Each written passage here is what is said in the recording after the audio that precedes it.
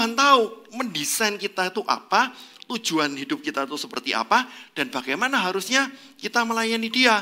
Dan di sini saya mau kita belajar dari satu tokoh yang sebenarnya kita baca pada waktu kita memperingati Paskah. Tapi nggak apa-apa. Markus 15.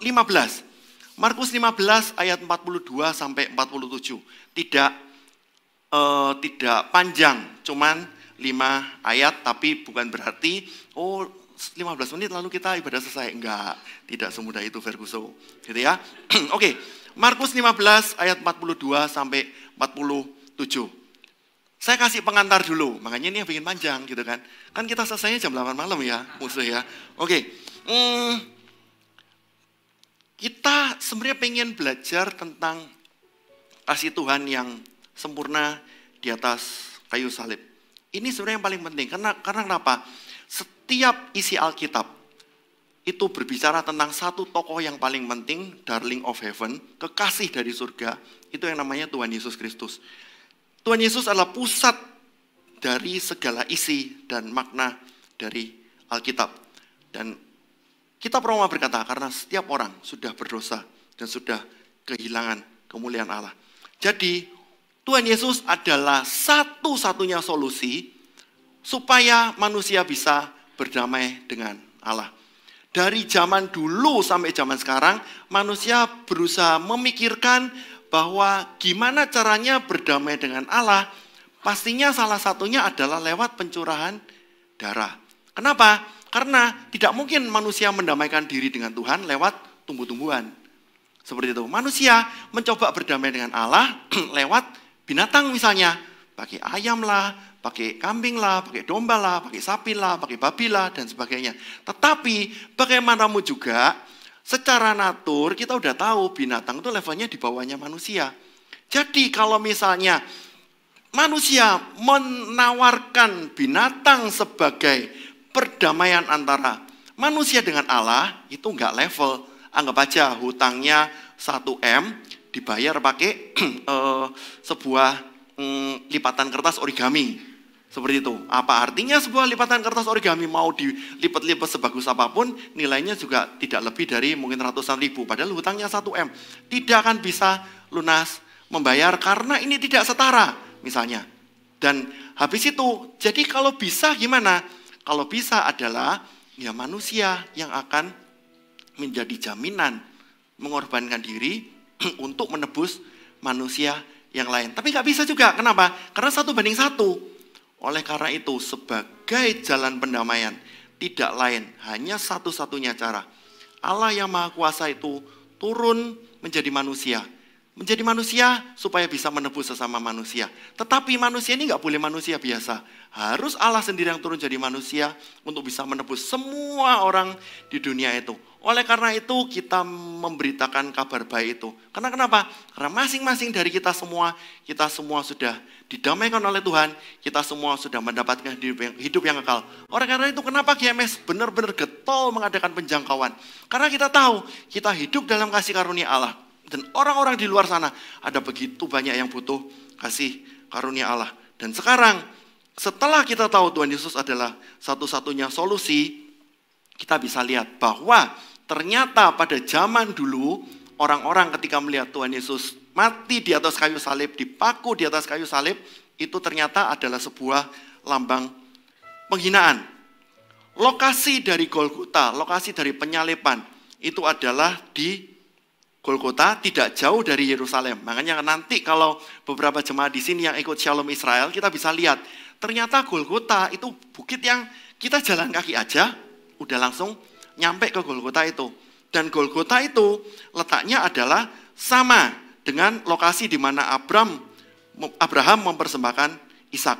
Dan di lokasi yang sama nantinya Stefanus dirajamati, itu ada di lokasi yang sama. Kalau dulu namanya Gunung Moria, sekarang namanya Golgota. Dan Tuhan Yesus itu disalibkan, memang itu bentuknya bukit, tetapi di pinggir jalan raya.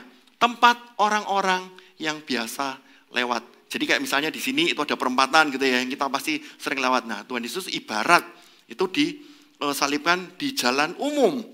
bisa jadi jalan lintas provinsi atau jalan lintas antar bangsa yang terkenal. Makanya kenapa kok di Matius 37 ayat 39, nggak usah ditampilkan, saya bacakan aja. Orang-orang yang lewat di sana menghujat dia sambil menggelengkan kepala.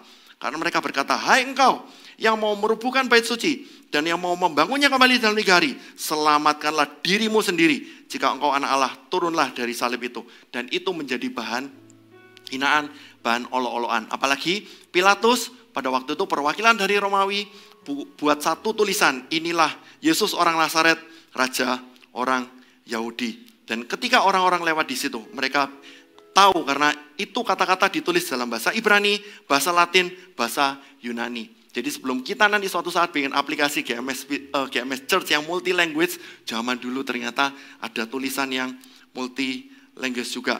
Dan di situ mereka mengolok-olok Tuhan Yesus karena kata-kata yang tertulis di situ.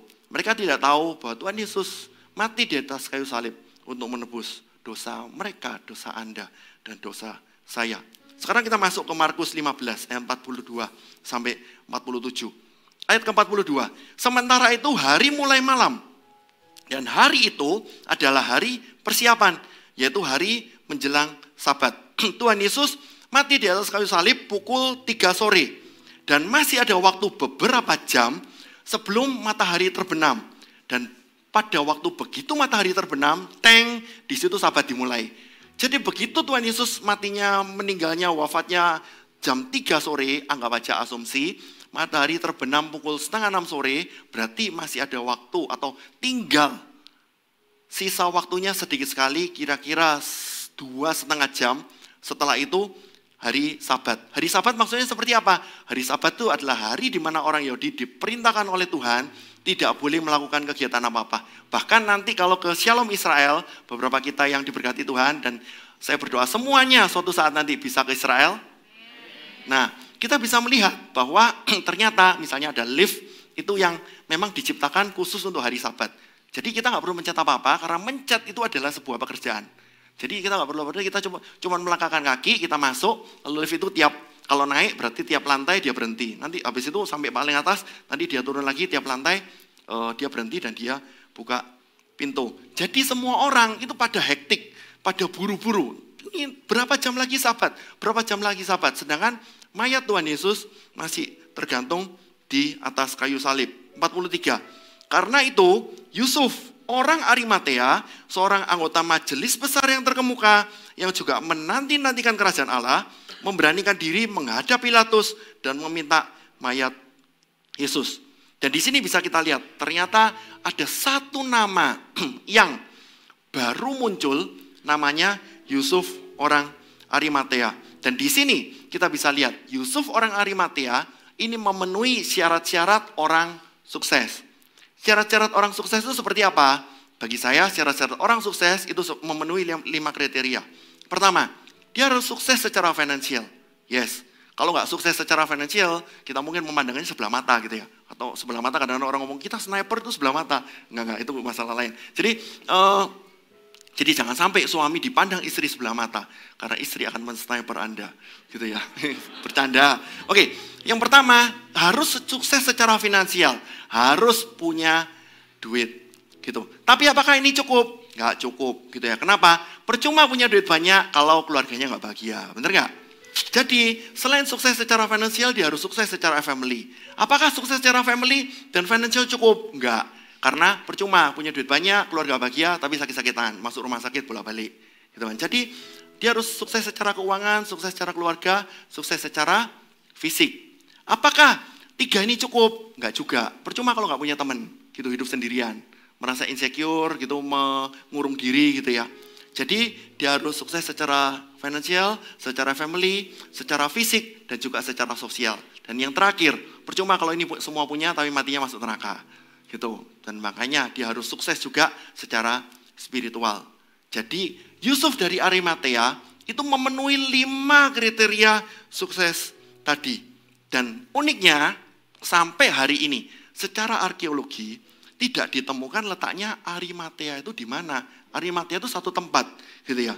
Hal ini menunjukkan bahwa Arimatea itu bukan tempat yang penting, bukan tempat yang terkenal, mungkin bisa jadi tempat yang sangat-sangat kecil. Sama seperti tadi gitu ya, saya dengan komedian barusan ini ngobrol-ngobrol gitu, terus dia bilang, saya dengan Koan pergi ke semua tempat yang namanya apa gitu ya, saya nggak sebut lah, nanti dia pikir itu gimana. Itu saya nggak pernah tahu itu tempatnya di mana. Jadi saya Google, gitu katanya naik perahu 6 jam ya, naik perahu 6 jam. Saya pikir naik perahunya nyebrangin laut, ternyata nyusuri sungai, karena itu ada di tengah-tengah. Loh, kok tempatnya di tengah-tengah? Iya kok nyusuri sungai. Walah, nah Arimatea itu mungkin seperti itu ya. Jadi kita belajar geografi tidak pernah tahu, Samarinda jelas tahu, tapi begitu ada tempat satu yang disebutkan tadi, saya baru dengar kali itu. Sama seperti ini, Arimatea itu sedemikian kecilnya, sedemikian tidak terkenalnya, sehingga sampai sekarang pun jejak arkeologinya pun tidak ada. Nah, Yusuf dari Arimatea ini punya ciri-ciri sebagai berikut, seperti tadi yang dikatakan di ayat tadi. Pertama, seorang anggota majelis besar, anggota Sanhedrin, anggota satu kelompok elit yang punya suara untuk bisa memutuskan atau mempengaruhi pemerintah pada saat itu.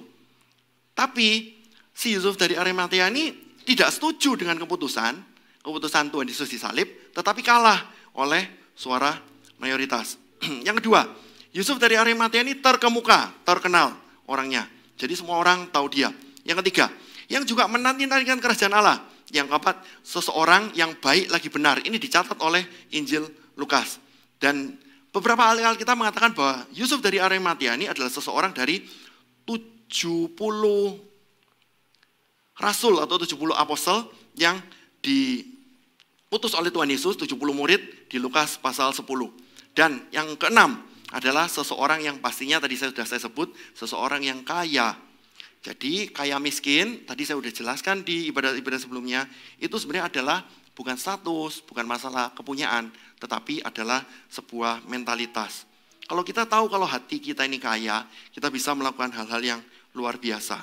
Dan di sini Alkitab hendak menunjukkan bahwa bagaimana Tuhan membawa Yusuf dari tempat terpencil menuju ke Yerusalem, lalu membangun karirnya di situ, sampai akhirnya dia menjadi seseorang yang punya reputasi yang baik, punya jadi orang terkenal di sana, dan dia memenuhi semua syarat-syarat tokoh agama dan sampai menjadi anggotanya Sanhedrin. Karena menjadi anggota Sanhedrin bukan masalah yang sederhana. Dia harus orang Farisi yang totok gitu ya. Kalau di sini kita belajar ada Tionghoa yang totok. Saya juga punya keluarga Tionghoa yang totok. Kita tahu ini prinsipnya benar-benar ketat. Tapi si Yusuf dari Arimatea ini harus orang Farisi yang terseleksi. Dan ada perjuangan untuk meniti karir dan membangun karir tanpa skandal, dihormati orang, harus kerja keras, dan harus serius. Ini membuat kita mengevaluasi diri kita. Kita ini harus serius di bisnis kita. Kita ini harus serius di karir kita. Dan kita harus bekerja keras. Kenapa? Bekerja keraslah. Karena yang bilang, aku sayang kamu, akan kalah dengan yang bilang, ambil aja aku yang bayar. Jadi nggak modal gombalan doang. Kedua, bekerja keraslah.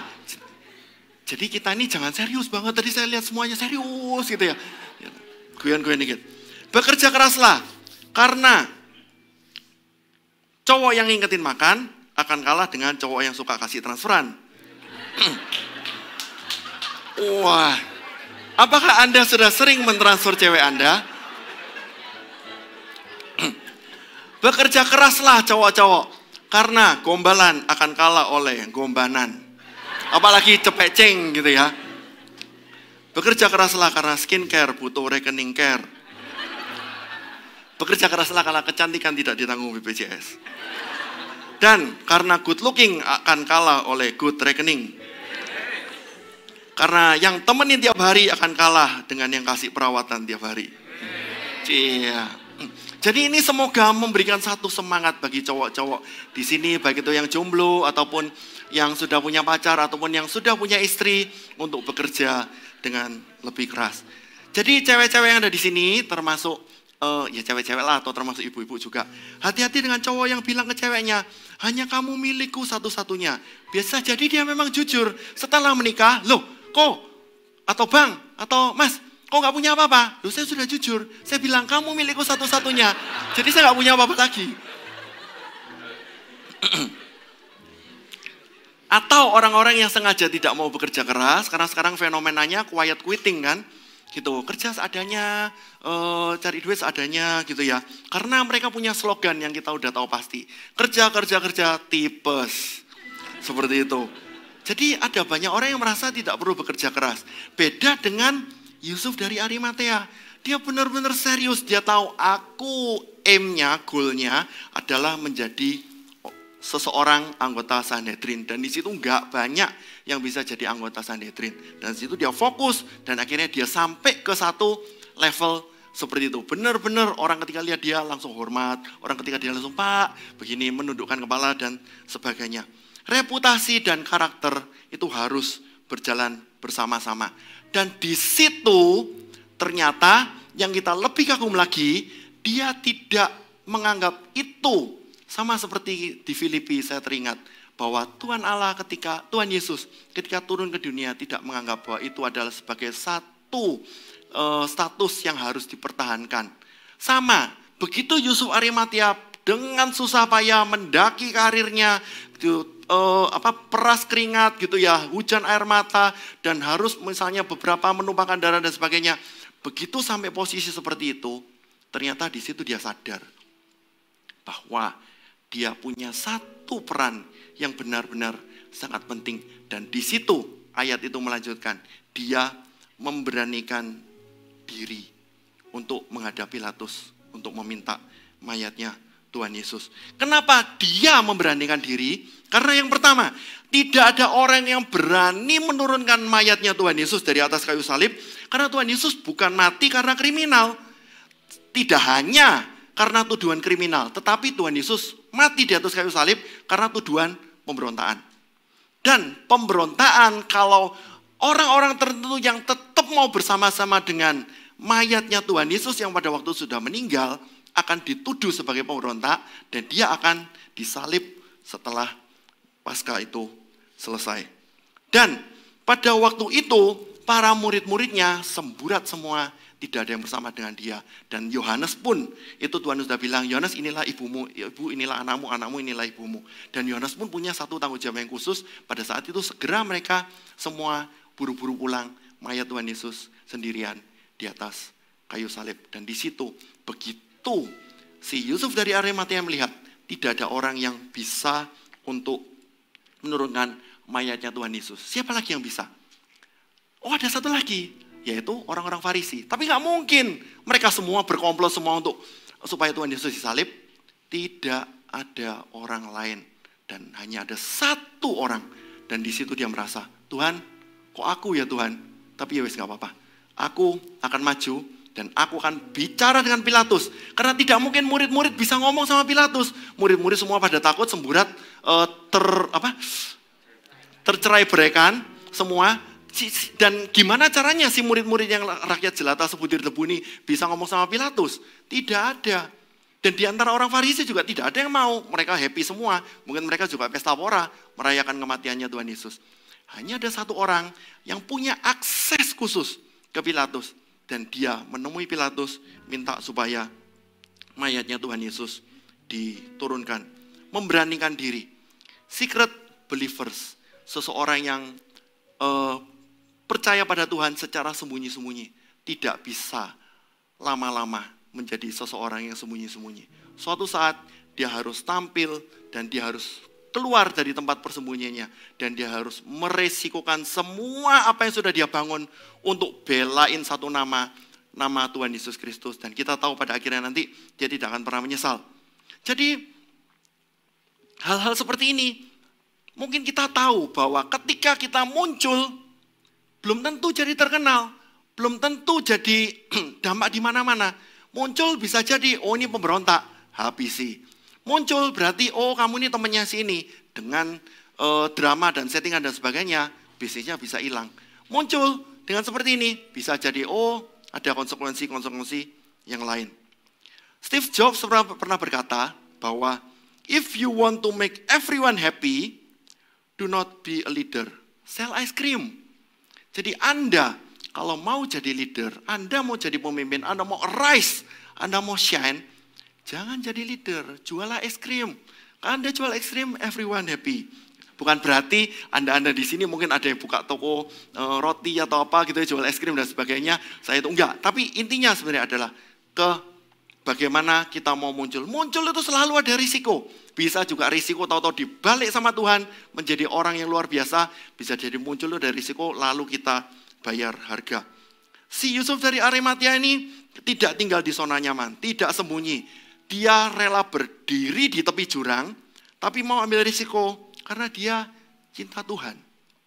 Ada satu lagu Pentakosta yang lama banget, gitu. Sorry, saya ini suara udah mau habis, tapi nggak apa-apa lah, tetap nekat aja. Tahu suara merdu, suara fals Tuhan tetap denger kan? Gitu. Nggak tahu yang dijawab yang mana, nggak. Gini, ku mau hidup seturut kehendak Tuhan, ku mau memberi semua yang ku dapat berikan, ku mau cinta Dia lebih dari semua. Ku mau belajar membalas kasih-Nya.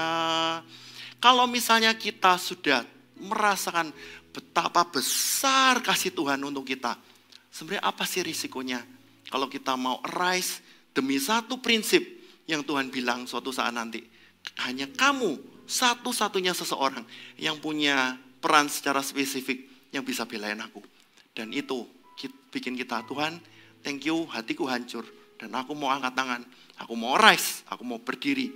Dan aku mau belain Tuhan. Tuhan mungkin tidak perlu dibela. Tetapi Tuhan ketika suatu saat nanti memerlukan sesuatu. Dan kita pikir, Tuhan mungkin juga nggak perlu kita. Karena bisa jadi nanti akan Tuhan bisa membuat rencana-rencana seperti apa. Tetapi ketika anaknya dengan sukarela untuk stand up, untuk berdiri di hadapan Tuhan. Tuhan, aku mau kerjakan. Karena ini adalah satu hal yang spesifik yang aku bisa lakukan. Maka aku mau kerjakan. Ayat 44. Pilatus heran pada waktu mendengar bahwa Tuhan Yesus sudah mati. Maka ia memanggil kepala pasukan dan bertanya kepadanya.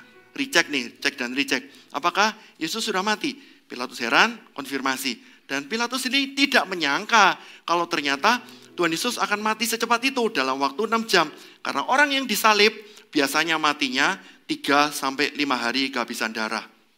Seperti itu. Tapi ingat, pada waktu itu menjelang Paskah. Dan pada waktu itu penjahat yang ada di samping kanan kiri kan juga nggak mati. Langsung kakinya dipukul pakai palu, pakai martil supaya mereka langsung nggak bisa nahan dirinya lagi dan mereka nggak bisa napas. Tetapi Tuhan Yesus bukan mati dibunuh. Tuhan Yesus yang menyerahkan nyawanya sendiri. Karena dia Allah. Dia berkuasa atas kehidupan dan kematian. Dan dia berkata kepada Allah Bapa, ya Bapa, ke dalam tanganmu kuserahkan rohku. Oleh karena itu Tuhan Yesus mati tanpa harus kakinya dipatahkan. Oleh karena itu Pilatus heran, loh kok cepet ya meninggalnya. Dan sudah daripada lama-lama, Pilatus juga tahu budaya Yahudi, cepet-cepet bikin surat disposisi, surat persetujuan, nih cepetan diberesin. Yang memberi izin kepada Yesus dari Arimatea untuk mengurus segera penguburan Tuhan Yesus. Dan kita bisa lihat seperti tadi kan, betapa strategisnya peran Yusuf dari Arimatea ini. Dan uniknya nama Yusuf dari Arimatea ini juga belum pernah disebut. Saya tadi sudah katakan, ini muncul pertama kali dalam ketika setelah Tuhan Yesus disalibkan. Injil Yohanes hanya mencatat dia seseorang yang tersembunyi dari Tuhan Yesus. Dia orang dari Sanhedrin dan sama dengan Nikodemus yang melihat Tuhan Yesus berbeda dengan orang-orang Farisi dan ahli-ahli Taurat. Tuhan Yesus mengajar dengan penuh kuasa. Tuhan Yesus membuat mujizat, membangkitkan orang mati, menyembuhkan orang kusta, itu yang tidak bisa dilakukan oleh orang-orang yang lain. Sehingga dia terus-menerus semakin rindu untuk semakin kenal dengan Tuhan Yesus.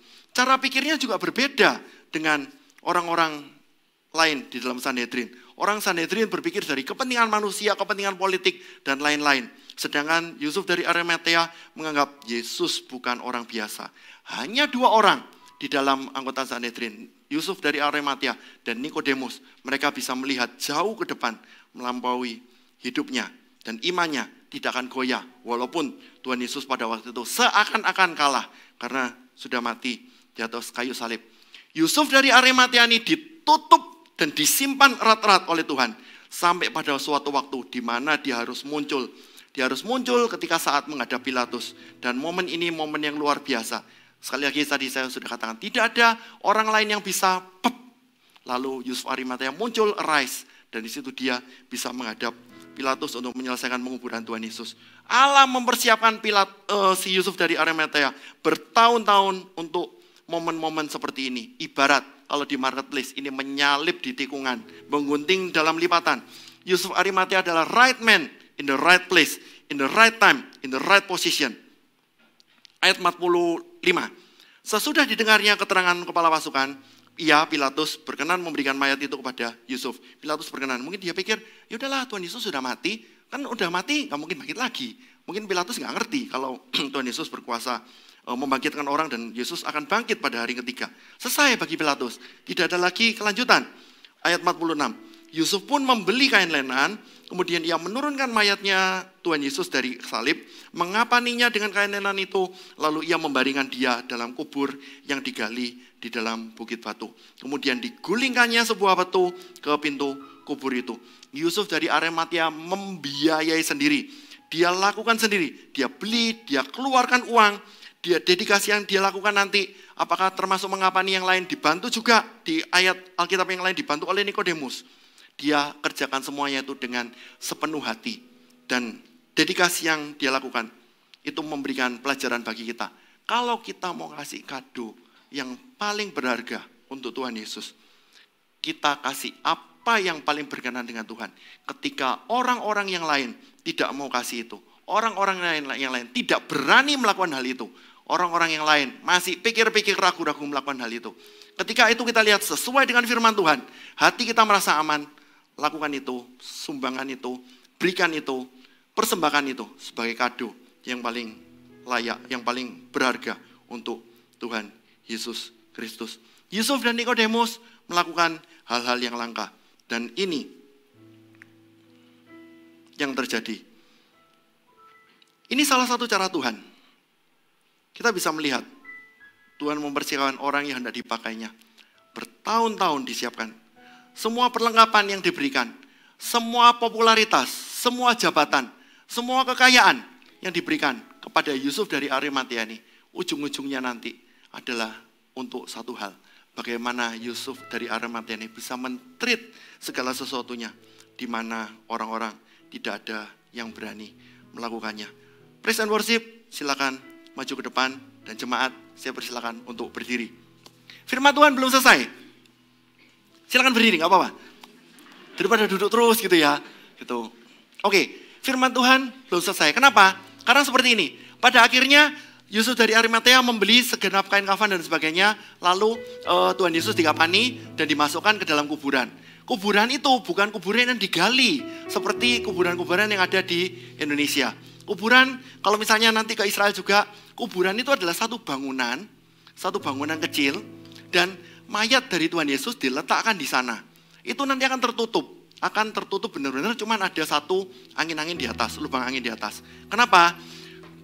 Itu kuburan adalah kuburan antara, cuman sementara. Dan pada waktu itu biasanya mayat dari orang yang meninggal setelah dikafani, diletakkan di sana, habis itu nanti akan diurai oleh bakteri dan sebagainya, tinggal tulang-tulangnya, lalu nanti tulang-tulangnya akan diringkesin, diberesin, lalu dikumpulkan dengan tulang-tulang leluhurnya. Makanya sekarang kita bisa ngerti, waktu ada Elisa tinggal tulang-tulangnya, ada orang yang waktu itu mati terus dikejar-kejar tentara, cepat-cepat buka kuburannya Elisa, mayatnya tuh dilempar, kena tulangnya Elisa, lalu orang itu bangkit. Karena tulang-tulangnya Elisa pada waktu belum diringkesin. Dan pada saat itu si Yusuf dari Arimatea dengan segala popularitasnya, kekayaan yang dia punya, dia ternyata punya kuburan yang ada tidak jauh dari kota itu. Dan di sebelahnya Golgota lagi. Jadi segala sesuatu berlangsung dengan sangat cepat. Turun di kayu salib, paku-pakunya dicopotin, semua dimandiin cepet-cepet, dikapani, dan tidak makan waktu lama karena cepetan langsung ditaruh di kuburan di sebelahnya Golgota itu. Dan ketika di Golgota itu, mungkin bisa jadi Yusuf dari Arimatea berkata, Tuhan, aku pinjamkan kuburan ini setahun aja. Gitu, nggak lama-lama Tuhan. Toh nanti ini kuburan keluarga. Kan kuburan ini tak pinjemin setahun aja. Ternyata kita tahu bahwa Tuhan ketika pinjem dari Yusuf Arimatea, Tuhan nggak pinjam setahun. Kita tahu kan, Tuhan cuma pinjam 3 hari. Jadi beberapa di antara kita yang sampai sekarang kadang-kadang masih hitung-hitungan sama Tuhan. Kita masih transaksi sama Tuhan. Tuhan kalau begini, aku begini. Tuhan kalau aku melakukan gini, nanti aku dicap begini. Tuhan aku begini, aku nanti risikonya begini. Tuhan kita nggak pernah berhutang. Setiap apa yang hati kita, sikap kita, tindakan kita, pikiran kita, perasaan kita mau persembahkan pada tangan Tuhan. Kadang-kadang kita bilang, Tuhan risikonya kayak gini. Toh pada akhirnya Yusuf Arimatea tidak diraja mati. Yusuf Arimatea tidak dianggap sebagai pemberontak. Yusuf Arimatea bisa hidup sampai seterusnya. Kita bisa baca di Google ada beberapa rekaan Yusuf Arimatea nanti ngapain. Tapi yang pasti Yusuf Arimatea tidak ada risiko apa-apa. Begitu dia mempersembahkan hidupnya, dia berani menghadapi Pilatus. Dan dia pikir, udah one love, habislah hidupku, anakku nanti mungkin semua dirajam atau disalib karena membela pemberontak. Itu semua tidak terjadi. Kenapa kita yang sekarang hidup, kita masih hitung-hitungan sama Tuhan? Mari kita sama-sama berpikir, kita sama-sama mengevaluasi diri kita. 2030-300, mayoritas di sini adalah volunteer. Dan saya ingin mengatakan kepada Anda masing-masing, Yusuf dari Arimatea, apakah Anda laki, apakah Anda perempuan, Anda tua, Anda muda, Anda adalah Yusuf dari Arimatea. Anda adalah volunteer di marketplace. Maukah masing-masing dari kita janjian, kita kasih yang terbaik untuk kemuliaan nama Tuhan. Dengan ini saya nubuatkan bahwa ada satu saat di mana akan ada peran Anda secara spesifik. Orang lain tidak bisa gantiin peran Anda. Pada di saat itu, mungkin Tuhan juga gak minta, tapi Anda bisa lihat, ada satu peran lubang kecil, tapi hanya aku yang bisa masuk di situ, hanya aku yang bisa menyelesaikan di situ. Dan saya rindu, masing-masing kita berkata, Tuhan, inilah aku, pakailah aku, dan saya akan beresin. Dengan restu Tuhan, dengan izin Tuhan, saya akan beresin, dan nama Tuhan akan dimuliakan.